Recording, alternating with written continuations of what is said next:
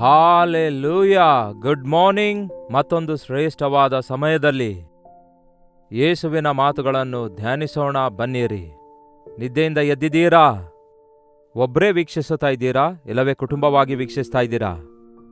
ಇನ್ನು ನಿಮ್ಮ ಮನೆಯವರು ನಿದ್ದೆ ಮಾಡುತ್ತಾ ಇರುವುದಾದರೆ ಎಬ್ಬಿಸಿರಿ, ನಿಮ್ಮ ಮಕ್ಕಳನ್ನು ಕೂಡ ಎಬ್ಬಿಸಿರಿ. ಎಲ್ಲರೂ ಸೇರಿ ಒಂದು ಚಿಕ್ಕ ಕುಟುಂಬ ಪ್ರಾರ್ಥನೆ ಮಾಡಿಕೊಳ್ಳಿರಿ. ಬನ್ನಿರಿ, ಚಿಕ್ಕ ಪ್ರಾರ್ಥನೆ ಮಾಡೋಣ. ಪರಿಶುದ್ಧ ದೇವರೇ, ನಿಮಗೆ ವಂದನೆಗಳು. ಕುಟುಂಬದ ಬೆಲೆ ಏನೆಂದು ನಾವು ಅರಿತುಕೊಳ್ಳುವಂತೆ ನಮ್ಮ ಕುಟುಂಬವನ್ನು ನಿಮ್ಮ ಪ್ರೀತಿಯಿಂದ ಕಟ್ಟಿಕೊಂಡು ನಿಮ್ಮ ರಾಜ್ಯಕ್ಕಾಗಿ ಸಿದ್ಧರಾಗಲು ಸಹಾಯ ಮಾಡಿರಿ. ನಮ್ಮ ಮಕ್ಕಳನ್ನು ಗಂಡ ಹೆಂಡತಿಯಾಗಿ ನಿಮ್ಮ ಸಾಕ್ಷಿಯಾಗಿ ಬದುಕಲು ನಮ್ಮೆಲ್ಲರಿಗೂ ಸಹಾಯ ಮಾಡಿರೆಂದು ಕ್ರಿಸ್ತನ ನಾಮದಲ್ಲಿ ಬೇಡುತ್ತೇನೆ ತಂದೆಯೇ, ಆಮೇನ್. ಬಹಳ ವಿಷಾದ ಪ್ರಿಯರೇ, ಈ ದಿನ ಬಹಳಷ್ಟು ಜನ ಗಂಡ ಹೆಂಡತಿಯರಿಬ್ಬರೂ ಸೇರಿ ಪ್ರಾರ್ಥಿಸುವಂಥದ್ದು, ಸಮಾಧಾನವಾಗಿರುವಂಥದ್ದು, ಏಕ ಮನಸ್ಸುಳ್ಳವರಾಗಿರುವಂಥದ್ದು, ಯೇಸುವನ್ನು ನಂಬಿದ್ದೇವೆ ಎಂದು ಹೇಳುವವರಲ್ಲಿಯೂ ಕೂಡ ಅಪರೂಪವಾಗಿರೋದು ವಿಚಿತ್ರವಾಗಿದೆ. ನಿಜವೇ ನೀವು ವಿವಾಹವಾದ ನಂತರ ನೀವು ಏಕ ಶರೀರವಾಗಿದ್ದೀರಿ ಎಂಬುದನ್ನು ಅರಿತುಕೊಳ್ಳುವುದಾದರೆ ಏಕ ಮನಸ್ಸುಳ್ಳವರಾಗಿ, ಏಕ ಅಭಿಪ್ರಾಯವುಳ್ಳವರಾಗಿ ಜೀವಿಸುವವರಾಗಿರುತ್ತೀರಿ. ನಮ್ಮನ್ನು ಐಕ್ಯಗೊಳಿಸುವ ಆತನು ದೇವರೇ ಪ್ರಿಯರೇ. ನಮಗೆ ವ್ಯತ್ಯಾಸಗಳಿರುತ್ತವೆ, ಭೇದಗಳಿರುತ್ತವೆ. ನೀವು ಅಂದುಕೊಂಡಂತೆ ನಿಮ್ಮ ಗಂಡನಾಗಲಿ ಹೆಂಡತಿಯಾಗಲಿ ಇಲ್ಲದೇ ಇರಬಹುದು. ಆದರೆ ಕ್ರಿಸ್ತನ ಮುಖಾಂತರ ನಾವು ಒಬ್ಬರನ್ನೊಬ್ಬರು ಸಹಿಸಿಕೊಳ್ಳುತ್ತಾ, ಕ್ಷಮಿಸುತ್ತಾ, ಪ್ರೀತಿಸುತ್ತಾ ಕ್ರಿಸ್ತನ ಸಾರೂಪ್ಯಕ್ಕೆ ನಾವು ಬರುವಾಗ ಏಕ ಮನಸ್ಸುಳ್ಳವರಾಗ್ತೇವೆ. ಅದಕ್ಕೆ ಈ ದಿನಮಾನಗಳಲ್ಲಿ ಮದುವೆಯ ಜಗಳಗಳು ಬಹಳ ಹೆಚ್ಚಾಗಿವೆ ಅಲ್ಲವೇ? ಎಲ್ಲಿ ನೋಡಿದ್ರೂ ಕೂಡ ಭಯಂಕರವಾದಂತಹ ಆ ವಿವಾಹ ವಿಷಯಗಳಲ್ಲಿನ ಜಗಳಗಳನ್ನು ನೋಡ್ತೇವೆ. ಮದುವೆ ಆದವರ ಮನೆಯಲ್ಲಿ ಜಗಳ, ಹೊಸದಾಗಿ ಮದುವೆ ಆದವರ ಮನೆಯಲ್ಲಿ ಜಗಳ. ಯಾವತ್ತೋ ಮದುವೆಯಾಗಿ 30 ವರ್ಷ ಸಂಸಾರ ಮಾಡಿದ್ರೂ ಕೂಡ ಇನ್ನೂ ನನ್ನ ಹೆಂಡತಿಗೂ ನನಗೂ ಆಗ್ತಾ ಇಲ್ಲ, ಇನ್ನೂ ನನ್ನ ಗಂಡನಿಗೂ ನನಗೂ ಆಗ್ತಾ ಇಲ್ಲ, ನಮ್ಮ ಸಂಸಾರ ಸರಿಯಾಗಿಲ್ಲ ಎಂದು ಹೇಳುವಂತಹ ಎಷ್ಟೋ ಜನರನ್ನು ನಾವು ನೋಡ್ತೇವೆ. ಬೈಬಲ್ ಹೇಳ್ತದೆ ವಿವಾಹವು ಎಲ್ಲ ವಿಷಯಗಳಲ್ಲಿ ಘನವಾದದ್ದೆಂದು. ಹಾಗಾದರೆ ನಿಮಗೆ ವಿವಾಹ ಆಗಿದೆಯಾ? ದೇವರಿಗೆ ಸ್ತೋತ್ರ. ಇನ್ನೂ ಆಗಲಿಲ್ಲವೋ? ದೇವರಿಗೆ ಸ್ತೋತ್ರ. ದೇವರ ವಾಕ್ಯ ವಿವಾಹದ ಕುರಿತಾಗಿ, ಮದುವೆಯ ಕುರಿತಾಗಿ, ಗಂಡ ಹೆಂಡತಿಯರ ಬಾಂಧವ್ಯ ಕುರಿತಾಗಿ ಏನೆಂದು ಹೇಳ್ತದೆ ಗೊತ್ತಾ? ಯಾವ ರೀತಿಯಾಗಿರಬೇಕು, ಹೇಗಿದ್ರೆ ಆಶೀರ್ವದಿಸಲ್ಪಡ್ತೇವೆ, ಯಾವ ರೀತಿಯಾಗಿದ್ರೆ ನಮಗೆ ಹುಟ್ಟುವ ಮಕ್ಕಳು ಆಶೀರ್ವದಿಸಲ್ಪಡ್ತಾರೆಂದು ತಿಳ್ಕೊಳ್ಬೇಕಾದ್ರೆ ಬೈಬಲ್ ಓದಿರಿ. ಯಾಕೆಂದರೆ ಕೆಲವೊಂದು ಅಧ್ಯಾಯಗಳಿವೆ, ಅದರಲ್ಲಿ ವಿವರವಾಗಿ ತಿಳಿಸಲಾಗಿದೆ. ಅದರಲ್ಲಿ ಪೌಲನು ಕೊರಿಂಥದವರಿಗೆ ಬರೆದಿರುವಂತಹ ಮೊಟ್ಟ ಮೊದಲನೆಯ ಪತ್ರಿಕೆ 7ನೆಯ ಅಧ್ಯಾಯ, ಕೊರಿಂಥದವರಿಗೆ ಬರೆದ ಪತ್ರಿಕೆ 7ನೇ ಅಧ್ಯಾಯದಲ್ಲಿ ಅನೇಕ ವಿಷಯಗಳನ್ನು ವಿವಾಹ ಮಾಡಿಕೊಂಡಂಥವರಿಗೂ ವಿವಾಹ ಮಾಡಿಕೊಳ್ಳಲಿಕ್ಕಿರುವಂಥವರಿಗೂ ಅದರಲ್ಲಿ ಪ್ರಯೋಜನಕರವಾದ ವಿಷಯಗಳು ಬಹಳಷ್ಟಿವೆ ಪ್ರಿಯರೇ. ಮತ್ತೊಮ್ಮೆ ನಾನು ಹೇಳ್ತಿದ್ದೇನೆ, ಇದು ಅನುದಿನದ ಧ್ಯಾನ ಮಾತ್ರ ಆಗಿದೆ. ಹಾಗಾಗಿ ಈ ದಿನವೆಲ್ಲ ನೀವು ಈ ಅಧ್ಯಾಯವನ್ನು ಮೇಲಿಂದ ಮೇಲೆ ಓದಿ ಧ್ಯಾನಿಸಬಹುದು. ನಿಮಗೆ ಸಮಯ ಸಿಕ್ಕ ಹಾಗೆಲ್ಲ ಪೂರ್ತಿಯಾಗಿ ಅಧ್ಯಾಯ ಓದಿರಿ. ನಾನು ಸ್ವಲ್ಪ ಕೆಲವೇ ವಿಷಯಗಳನ್ನು ನಿಮಗೆ ತಿಳಿಯಪಡಿಸುತ್ತಿದ್ದೇನೆ. ಅವುಗಳನ್ನು ಮನಸ್ಸಲ್ಲಿ ಇಟ್ಕೊಂಡು ಪ್ರಾರ್ಥಿಸುವುದಾದರೆ ಪರಿಷ್ಕಾರಗಳನ್ನು, ಉತ್ತರಗಳನ್ನು, ಸಂಪೂರ್ಣ ಆಶೀರ್ವಾದ ಹೊಂದಿಕೊಳ್ತೀರಿ. ಪೌಲನು ಹೇಳ್ತಾನೆ, ಸ್ತ್ರೀಯನ್ನು ಮುಟ್ಟದೇ ಇರುವುದು ಪುರುಷನಿಗೆ ಮೇಲು. ಆದರೆ ಜಾರತ್ವ ಹೆಚ್ಚಾಗುತ್ತಿರುವುದರಿಂದ ಪ್ರತಿಯೊಬ್ಬನಿಗೂ ಸ್ವಂತ ಹೆಂಡತಿ ಇರಬೇಕು, ಪ್ರತಿ ಸ್ತ್ರೀಗೆ ಸ್ವಂತ ಗಂಡ ಇರಬೇಕು. ನಿಮ್ಮ ಗಂಡ ನಿಮಗೆ ಸ್ವಂತ, ನಿಮ್ಮ ಹೆಂಡತಿ ನಿಮಗೆ ಸ್ವಂತ. ತಾಯಿ 4 ಜನರಿಗೂ ತಾಯಿಯೇ, ಆದರೆ ಹೆಂಡತಿ ನಿಮಗೆ ಮಾತ್ರ ಸ್ವಂತ, ಹೆಂಡತಿ ನಿಮಗೆ ಮಾತ್ರ ಸ್ವಂತ. ಸ್ವಂತ ಗಂಡ ಇರಬೇಕು, ಸ್ವಂತ ಹೆಂಡತಿ ಇರಬೇಕು. ಅದು ಪವಿತ್ರತೆಯನ್ನು ತೋರಿಸುತ್ತೆ, ಏಕತೆಯನ್ನು ತೋರಿಸುತ್ತೆ, ಮೌಲ್ಯವನ್ನು ತೋರಿಸುತ್ತೆ. ಗಂಡನು ಹೆಂಡತಿಗೆ ಸಲ್ಲತಕ್ಕದ್ದನ್ನು ಸಲ್ಲಿಸಲಿ, ಹಾಗೆಯೇ ಹೆಂಡತಿಯು ಗಂಡನಿಗೆ ಸಲ್ಲತಕ್ಕದ್ದನ್ನು ಸಲ್ಲಿಸಲಿ.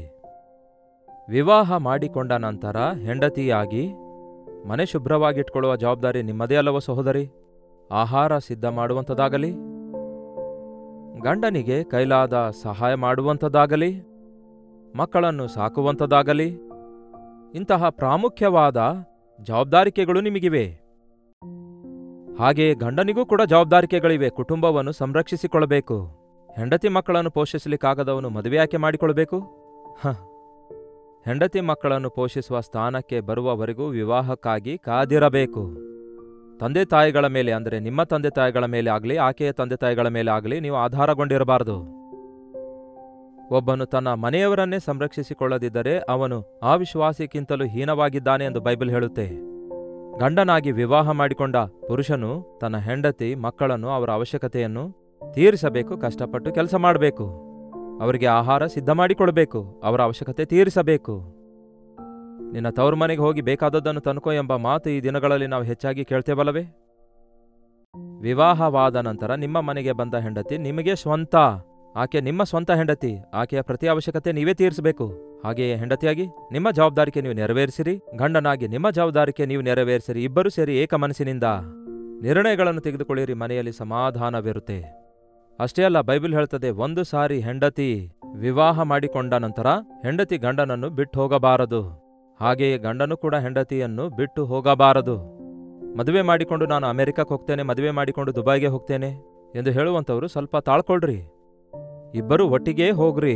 1 ತಿಂಗಳು 2 ತಿಂಗಳಂದ್ರೆ ಪರವಾಗಿಲ್ಲ. ಅಲ್ಪ ಕಾಲವಾಗಿರೋದಾದ್ರೆ ಅದು ಕೂಡ ಈಗ ಫೋನ್ ಇರೋದ್ರಿಂದ, ವಿಡಿಯೋ ಕಾಲ್ಸ್ ಇರುವುದರಿಂದ ಅದು ಕೂಡ ಸಮರ್ಥಿಸಿಕೊಳ್ತಾರೆ. ಆದರೆ ವರ್ಷಗಳವರೆಗೂ ಗಂಡ ಹೆಂಡತಿಯರು ದೂರ ಇರುವುದರಿಂದ ಸೈತಾನನಿಗೆ ಅವಕಾಶ ಕೊಟ್ಟವರಾಗಿರ್ತಾರೆ, ಕುಟುಂಬ ಕಟ್ಟಲ್ಪಡುವುದಿಲ್ಲ. ಅದಕ್ಕೆ ಒಬ್ಬರನ್ನೊಬ್ಬರು ಪ್ರಾರ್ಥನೆ ಮತ್ತು ಅವಶ್ಯಕತೆಗಳ ನಿಮಿತ್ತವಾಗಿ ಹೊರತು ಒಬ್ಬರನ್ನೊಬ್ಬರು ಅಗಲಬಾರದು. ಅಷ್ಟು ಮಾತ್ರವಲ್ಲದೆ ಪ್ರತಿಯೊಬ್ಬರು ಮೊದಲು ಯೋಚಿಸಬೇಕು, ಯಾವ ವಯಸ್ಸಲ್ಲಿ ಮದುವೆಯಾಗಬೇಕು ಎಂಬ ನಿರ್ಣಯ ಇಲ್ಲಿಲ್ಲ. ನಮಗೆ ವಯಸ್ಸಾಯ್ತಂತ ಹೇಳಿ ಚಿಕ್ಕಂದಿನಲ್ಲೇ ಮದುವೆ ಮಾಡುವಂಥದ್ದಾಗಲಿ, ಇಲ್ಲವೇ ಮದುವೆ ವಯಸ್ಸು ದಾಟುವವರೆಗೂ ಒಳ್ಳೆ ಸಂಬಂಧ ಸಿಕ್ಕಿಲ್ಲವೆಂದು 30 ವರ್ಷ ವಯಸ್ಸು ದಾಟಿದ್ರೂ ಕೂಡ ಹೆಣ್ಮಕ್ಕಳಿಗೆ ಇನ್ನೂ ಮದುವೆ ಮಾಡದೇ ಇರುವಂಥದ್ದು ಸರಿಯಲ್ಲ. ಸರ್ಕಾರ ಒಂದು ವಯಸ್ಸಂತ ನಿರ್ಣಯಿಸಿದೆಯಲ್ಲವೇ, ಆ ವಯಸ್ಸಿನ ಒಳಗಾಗಿಯೇ ನಮ್ಮ ಮಕ್ಕಳಿಗೆ ಮದುವೆಗಾಗಿ ಸಿದ್ಧಪಡಿಸಬೇಕು. ಇನ್ನೂ ಸ್ವಲ್ಪ ಕಾಲ ಕಾದುಕೊಂಡಿದ್ರೆ ಒಳ್ಳೆಯದೇ. ಆದರೆ ಕಾಮಾಭಿಲಾಷೆಗೊಳಗಾಗದಂತೆ ಮದುವೆ ಮಾಡಿಕೊಳ್ಳುವುದು ಒಳ್ಳೆಯದು. ಕೆಲವರ ಶರೀರ ಸ್ವಭಾವದ ಮೇರೆಗೆ, ಇಲ್ಲವಾದರೆ ಅವರ ಒಂದು ಪರಿಸ್ಥಿತಿಯ ಮೇರೆಗೆ ಶೋಧನೆಗಳು, ಜಾರತ್ವದ ಶೋಧನೆಗಳು, ಪಾಪದ ಶೋಧನೆಗಳು ಬರ್ತವೆ. ಆದುದರಿಂದ ಕಾಮ ಕೋರಿಕೆಗಳಿಗೆ, ಕಾಮ ಇಚ್ಛೆಗಳಿಗೆ ಅವಕಾಶ ಕೊಡದಂತೆ ಮನಸ್ಸು ಸ್ಥಿರವಾಗಿಟ್ಟುಕೊಳ್ಳದಂಥವರು ವಿವಾಹ ಮಾಡಿಕೊಳ್ಳಬೇಕು. ಅಷ್ಟೇ ಅಲ್ಲ, ಒಂದು ಸಾರಿ ವಿವಾಹ ಮಾಡಿಕೊಂಡ ನಂತರ ಒಬ್ಬರನ್ನೊಬ್ಬರು ಬಿಟ್ಟು ಹೋಗಬಾರದು. ಒಂದು ವೇಳೆ ನಿಮಗೆ ಈಗಾಗಲೇ ಮದುವೆ ಆಗಿರೋದಾದ್ರೆ, ಒಂದು ವೇಳೆ ನಿಮ್ಮ ಹೆಂಡತಿ ಅವಿಶ್ವಾಸಿಯಾಗಿರೋದಾದ್ರೆ, ಈಗ ರಕ್ಷಿಸಲ್ಪಟ್ಟು ನೀವು ನನಗೆ ಈ ಅವಿಶ್ವಾಸಿ ಹೆಂಡತಿ ಬೇಡ, ಹೊಸ ವಿಶ್ವಾಸಿಗೆ ಮದುವೆ ಆಗುತ್ತೇನೆ ಅನ್ನುವ ಹಾಗಿಲ್ಲ. ಅವಿಶ್ವಾಸಿಯಾದ ಹೆಂಡತಿ ನಿಮ್ಮೊಂದಿಗೆ ಸಂಸಾರ ಮಾಡಲು ಇಚ್ಛಿಸುವುದಾದರೆ ನೀವು ಆಕೆಯನ್ನು ಬಿಟ್ಟು ಬಿಡಬಾರದು. ಹಾಗೆಯೇ ನಿಮ್ಮ ಗಂಡನನ್ನು ವಿಶ್ವಾಸಿ ಅಲ್ಲವೆಂದು ಬಿಟ್ಟು ಬಿಡಬಾರದು. ಯಾಕೆಂದರೆ ನಿಮ್ಮ ನಂಬಿಕೆಯೇ ನಿಮ್ಮ ಗಂಡನಿಗೆ ಪರಿಶುದ್ಧಗೊಳಿಸುತ್ತದೆ ಮತ್ತು ನಿಮ್ಮ ಪ್ರಾರ್ಥನೆಯೇ ನಿಮ್ಮ ಹೆಂಡತಿಯನ್ನು ಮಾರ್ಪಡಿಸುತ್ತದೆ. ನೀವು ಒಂದಾಗಿರುವಾಗ ನಿಮ್ಮ ಮಕ್ಕಳು ಪವಿತ್ರರಾಗುತ್ತಾರೆ. ತಿಮೋತಿ ಎನ್ನುವ ಯವನಸ್ಥನ ತಂದೆ ಗ್ರೀಕನಾಗಿದ್ದನು, ತಾಯಿ ಯಹೂದ್ಯಳಾಗಿದ್ದಳು. ತಂದೆ ಅವಿಶ್ವಾಸಿ, ತಾಯಿ ವಿಶ್ವಾಸಿಯಾಗಿದ್ದಳು. ಆದರೆ ದೇವರು ಅವರನ್ನು ಆಶೀರ್ವದಿಸಿದಾಗ ಆ ತಾಯಿ ತಾನು ವಿಶ್ವಾಸಿಯಾಗಿರುವುದರಿಂದ ತನ್ನ ನಂಬಿಕೆಯಿಂದ ತನ್ನ ಗಂಡನನ್ನು, ಮಗನನ್ನು ರಕ್ಷಣೆಯೊಳಗೆ ನಡೆಸುತ್ತಾಳೆ. ಹಾಗಾಗಿ ಅವಿಶ್ವಾಸಿಯಾದ ಗಂಡನಿರುವುದಾದರೆ ಅವರನ್ನು ಗೌರವಿಸಿರಿ, ಪ್ರೀತಿಸಿರಿ. ರಕ್ಷಣೆ ಹೊಂದಿಲ್ಲ ಎಂಬುದಾಗಿ ಅವರಿಗೆ ಕೀಳಾಗಿ ನೋಡಿ ಅವರನ್ನು ಕೊನೆಗೆ ಬಿಟ್ಟು ಬಿಡಬಾರದು ಎಂಬುದಾಗಿ ದೇವರ ವಾಕ್ಯ ಹೇಳುತ್ತೆ, ನಾನಷ್ಟೇ ಅಲ್ಲ. ಹಾಗಾಗಿ ನಾವು ಹೇಗಿದ್ದೇವೆ ಎಂಬ ಸಂಗತಿಯನ್ನು ಕುಟುಂಬದಲ್ಲಿ ದಿನ ನೋಡುತ್ತೇವೆ. ಇನ್ನು ಸ್ವಲ್ಪ ಕೆಳಗೆ ಹೋಗುವುದಾದರೆ 26ನೇ ವಚನ ಹೇಳುತ್ತೆ, ಸುಮ್ಮನೆ ಮದುವೆ ಅನ್ನಬಾರದು. ಇತ್ತೀಚೆಗೆ ಹೆಚ್ಚು ಮದುವೆ ಆಗ್ತಾ ಇವೆ ಅಲ್ಲವೇ? ಅಂಥವರು ದುಡುಕಿ ಮದುವೆ ಮಾಡಿಕೊಳ್ತಾರೆ. ನಂತರ ಅಂದರೆ ಲೌಕಿಕ ಆಲೋಚನೆಯ ಮೇರೆಗೆ ಮದುವೆ ಆಗುವವರಿಗೋಸ್ಕರ ಈ ಬೈಬಲ್ ಹೇಳ್ತದೆ, ಈಗಿನ ಕಷ್ಟಕಾಲದ ನಿಮಿತ್ತ ಪುರುಷನು ಇದ್ದ ಹಾಗೆ ಇರುವುದು ಒಳ್ಳೆಯದೆಂದು ಭಾವಿಸುತ್ತೇನೆ. ಎಸ್ ಪ್ರಿಯರೇ, ನೀವು ಎಲ್ಲೋ ಅಮೆರಿಕಾದಲ್ಲಿ ಸೆಟ್ಲ್ ಆಗಿರ್ತೀರಿ, ದುಬೈಯಲ್ಲಿ ಇರ್ತೀರಿ, ಇನ್ನೊಂದು ದೇಶದಲ್ಲಿ ಇರ್ತೀರಿ, ಇನ್ನೊಂದು ಪ್ರಾಂತ್ಯದಲ್ಲಿ ಇರ್ತೀರಿ, ಇನ್ನೊಂದು ಡ್ಯೂಟಿಯಲ್ಲಿ ಇರ್ತೀರಿ, ಇನ್ನೊಂದು ಸೈನ್ಯದಲ್ಲಿ ಇರ್ತೀರಿ. ಸೊ ಇವಾಗ ತಕ್ಷಣವೇ ಮದುವೆ ಮಾಡಿಕೊಳ್ಬೇಕು, ನನ್ನ ಮದುವೆ ಆಗಬೇಕು, ನಮ್ಮ ಮಗಳಿಗೆ ಮದುವೆ ಮಾಡಬೇಕು ಎಂದು ದುಡುಕಿ ಅವರಿಗೆ ಮದುವೆ ಮಾಡಿ ಆ ನಂತರ ವರ್ಷಗಳವರೆಗೂ ಅವರು ಬೇರೆ ಬೇರೆ ಇರುವುದರಿಂದ ಇನ್ನಷ್ಟು ತೊಂದರೆಗಳಿಗೆ, ಇನ್ನಷ್ಟು ಅನರ್ಥಗಳಿಗೆ ಒಳಗಾಗುತ್ತಾರೆ. ಹಾಗಾಗಿ ಈಗಿರುವ ಸ್ಥಿತಿಯ ಮೇರೆಗೆ ನೀನಿದ್ದ ಸ್ಥಿತಿಯಲ್ಲಿ ಇರುವುದೇ ಒಳ್ಳೆಯದು. ಹೆಂಡತಿಯನ್ನು ಕಟ್ಟುಕೊಂಡಿದೆಯೋ ಬಿಡುಗಡೆಯಾಗುವುದಕ್ಕೆ ಪ್ರಯತ್ನಿಸಬೇಡ. ಹೆಂಡತಿ ಇಲ್ಲದೆ ಬಿಡುವಾಗಿದ್ದೀರೋ ಹಾಗಾದರೆ ವಿವಾಹ ಕೋರಬೇಡಿ. ವಿಚಿತ್ರವೇನೆಂದರೆ ಮದುವೆ ಆಗಬೇಕಾದವರೆಲ್ಲರೂ ಯಾವಾಗ ನನ್ನ ಮದುವೆ, ಯಾವಾಗ ನನ್ನ ಮದುವೆ, ಯಾವಾಗ ನನ್ನ ಮದುವೆ ಎಂದು ದುಡುಕುತ್ತಾ ಇರ್ತಾರೆ. ಮದುವೆ ಆದ ನಂತರ ಅಯ್ಯೋ ಅವಾಗ್ಲೇ ಯಾಕೆ ಮದುವೆ ಆದೆ, ಅವಾಗ್ಲೇ ಯಾಕೆ ಮದುವೆ ಆದೆ ಅನ್ನುತ್ತಾರೆ. ಕೆಲವು ದಿನ ಒಬ್ಬಂಟಿಗನಾಗಿದ್ರೆ ಚೆನ್ನಾಗಿತ್ತು ಎಂದು ಆಸೆ ಪಡ್ತಾರೆ. ಅದೂ ತಪ್ಪು, ಇದೂ ತಪ್ಪು.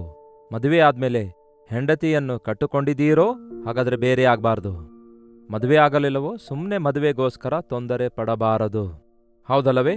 ದೇವರ ವಾಕ್ಯ ಎಷ್ಟು ಚೆನ್ನಾಗಿ ಯಾರು ಯಾವಾಗ ಯಾವ ರೀತಿಯಾಗಿರಬೇಕೆಂದು ತಿಳಿಸುತ್ತದೆ ನೋಡಿ. ಒಂದು ವೇಳೆ ನೀನು ಮದುವೆ ಮಾಡಿಕೊಂಡರೂ ಪಾಪವಿಲ್ಲ. ಮದುವೆ ಆಗೋದು ಪಾಪವೇನಲ್ಲ. ಮದುವೆ ಇಲ್ಲದೆ ಈ ದಿನ ತಿರುಗಾಡ್ತಾರಲ್ಲವೇ ಡೇಟಿಂಗ್ ಅಂತ ಹೇಳಿ.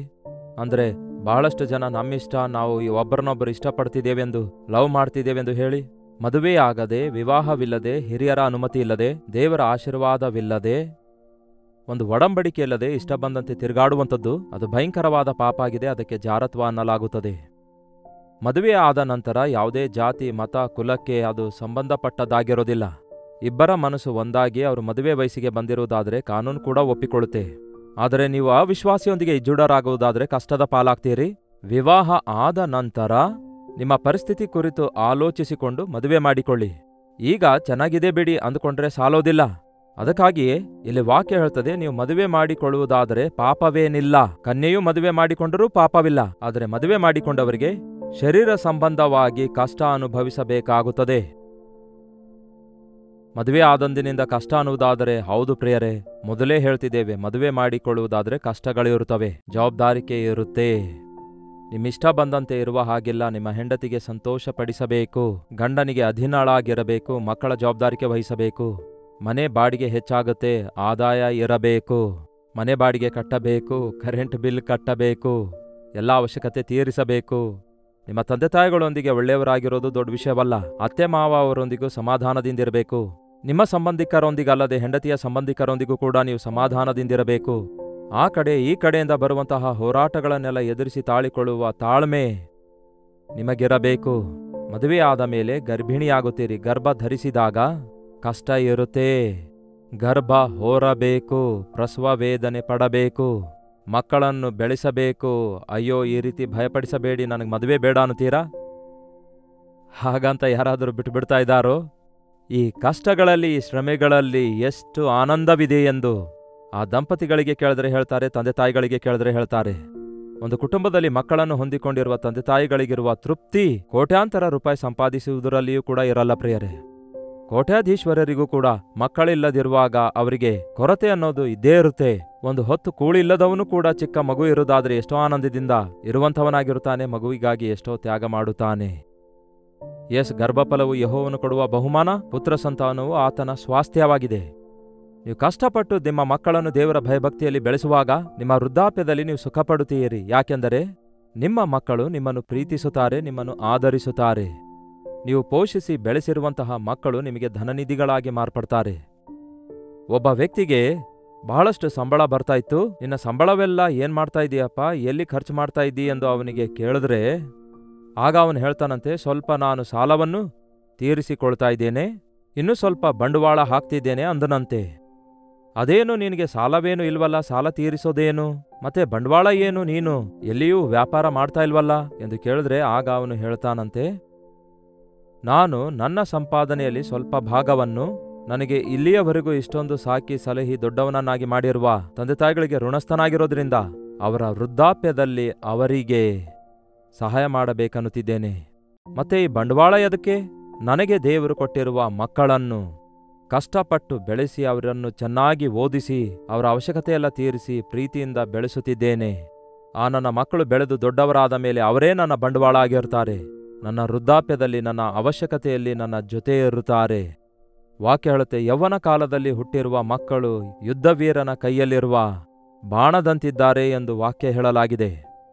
ಅದಕ್ಕೆ ವಿವಾಹ ದೇವರು ಏರ್ಪಡಿಸಿರುವ ವ್ಯವಸ್ಥೆಯಾಗಿದೆ. ಅದು ದೇವರ ಆಶೀರ್ವಾದದೊಂದಿಗೆ ನಡೆಯುವಾಗ ಕುಟುಂಬವಾಗಿ ನಾವು ಅಭಿವೃದ್ಧಿಯಾಗ್ತೇವೆ. ನಾವು ಮಕ್ಕಳನ್ನು ನೋಡ್ತೇವೆ. ಈ ಲೋಕಕ್ಕೆ ಒಳ್ಳೆ ಕುಟುಂಬಗಳು ಈ ದಿನ ಬೇಕು ಪ್ರಿಯರೇ. ಒಳ್ಳೆ ದೇಶ ಆಗಬೇಕಾದ್ರೆ ಒಳ್ಳೆ ಸಮುದಾಯ ಆಗಬೇಕು. ಒಳ್ಳೆ ಸಮುದಾಯ ಆಗಬೇಕಾದ್ರೆ ಒಳ್ಳೆ ಕುಟುಂಬ ಆಗಬೇಕು. ಒಳ್ಳೆ ಕುಟುಂಬ ಆಗಬೇಕಾದ್ರೆ ದೇವರಲ್ಲಿ ಭಯಭಕ್ತಿ ಉಳ್ಳಂತಹ ಗಂಡ ಹೆಂಡತಿಯರಾಗಬೇಕು. ತಮ್ಮ ಮಕ್ಕಳನ್ನು ದೇವರ ಭಕ್ತಿಯಲ್ಲಿ ಬೆಳೆಸುವವರಾಗಿರಬೇಕು. ಆ ರೀತಿ ಇರುವಂತೆ ದೇವರು ನಮಗೂ ನಮ್ಮ ಕುಟುಂಬಕ್ಕೂ ಸಹಾಯ ಮಾಡಲಿ. ಬನ್ನಿ ಪ್ರಾರ್ಥಿಸೋಣ. ಪರಿಶುದ್ಧ ದೇವರೇ, ಪ್ರೀತಿಯುಳ್ಳ ತಂದೆಯೇ, ಪ್ರಪಂಚದಲ್ಲಿ ದೇವರೇ ಕುಟುಂಬ ವ್ಯವಸ್ಥೆ ಚದರಿ ಹೋಗುತ್ತಿರುವಾಗ ಮೌಲ್ಯಗಳಿಲ್ಲದಂತಹ ದಾಂಪತ್ಯ ಜೀವಿತ ಜೀವಿಸುತ್ತಿರುವ ಮನುಷ್ಯರು ವಿಚ್ಛೇದನೆ ಪಡೆದುಕೊಂಡು ಇಷ್ಟ ಬಂದಂತೆ ಬದುಕಲು ಇಚ್ಛಯಿಸುವಂಥವರನ್ನು, ವಿವಾಹಕ್ಕಿಂತ ಮುಂಚೆ ಅಪವಿತ್ರವಾದ ಕಾರ್ಯಗಳಿಗೆ ಅವಕಾಶ ಕೊಟ್ಟು ಜೀವಿತ ಭ್ರಷ್ಟಪಡಿಸಿಕೊಳ್ಳುವವರನ್ನು ನಾವು ನೋಡುವಾಗ ನಮ್ಮ ಹೃದಯದಲ್ಲಿ ವೇದನೆ ಉಂಟಾಗುತ್ತೆ ದೇವರೇ. ವಿವಾಹ ಮಾಡಿಕೊಂಡಂಥವರು ಗಂಡ ಹೆಂಡತಿಯರ ನಡುವೆ ಐಕ್ಯವುಳ್ಳವರಾಗಿರುವಂತೆ, ಸೈತಾನನಿಗೆ ಅವಕಾಶ ಕೊಡದೆ ಪ್ರೀತಿಯಿಂದ ಕುಟುಂಬ ಕಟ್ಟಿಕೊಳ್ಳುವಂತೆ ಸಹಾಯ ಮಾಡಿರಿ. ಮದುವೆ ಆಗದೇ ಇರುವವರು ನಿಮ್ಮ ಚಿತ್ತದಂತೆ ಒಂದಾಗುವಂತೆ ಮತ್ತು ನಿಮಗೆ ಸಾಕ್ಷಿಗಳಾಗಿ ಬದುಕುವಂತೆ ನಿಮ್ಮ ದಿವ್ಯ ದಾನಗಳನ್ನು ಸುರಿಯ ಮಾಡಿರೆಂದು ಕ್ರಿಸ್ತನ ನಾಮದಲ್ಲಿ ಬೇಡುತ್ತೇನೆ ತಂದೆಯೇ, ಆಮೇನ್. ತಂದೆಯಾದ ದೇವರ ಪ್ರೀತಿಯು, ಮಗನಾಗಿರುವ ಕ್ರಿಸ್ತನ ಕೃಪೆಯು, ಆದರಣೆ ಕರ್ತನಾದ ಪವಿತ್ರಾತ್ಮನ ಸಹವಾಸವು ಕೂಡಿ ಬಂದಿರುವ ನಮ್ಮೆಲ್ಲರ ಸಂಗಡ ಇಂದಿಗೂ ಸದಾಕಾಲಕ್ಕೂ ನೆಲೆಯಾಗಿರಲಿ. ಆಮೇನ್. ದೇವರಿಗೆ ಸ್ತೋತ್ರ. ನಿಮ್ಮ ಪ್ರಾರ್ಥನಾ ಮನವಿಗಳನ್ನು 8939731313 ನಂಬರ್ಗೆ ಹಾಗೂ ಹೊರದೇಶದಿಂದಲೂ ಸಹ ವೀಕ್ಷಿಸುವುದಾದರೆ ಇದೇ ನಂಬರ್ಗೆ ಒಂದು ಟೆಕ್ಸ್ಟ್ ಇಲ್ಲವೇ ವಾಯ್ಸ್ ಮೆಸೇಜ್ ಮೂಲಕ ವಾಟ್ಸಪ್ ಮಾಡಿ. ಲೈಕ್ ಮಾಡುವುದನ್ನು, ಶೇರ್ ಮಾಡುವುದನ್ನು, ನಿಮ್ಮ ಹೆಸರು ಊರು ಕಾಮೆಂಟ್ ಸೆಕ್ಷನ್ನಲ್ಲಿ ಬಂದು ಟೈಪ್ ಮಾಡುವುದನ್ನು ಮರೆಯಬೇಡಿ. ಕರ್ತನ ಚಿತ್ತವಿರುವುದಾದರೆ ಮತ್ತೆ ನಾಳೆ ಇದೇ ಅನುದಿನದ ಧ್ಯಾನದಲ್ಲಿ ಮತ್ತೊಮ್ಮೆ ಭೇಟಿಯಾಗೋಣ. ಅಲ್ಲಿವರೆಗೂ ದೇವರ ಮಹಾಕೃಪೆ ನಿಮ್ಮೆಲ್ಲರೊಂದಿಗಿರಲಿ.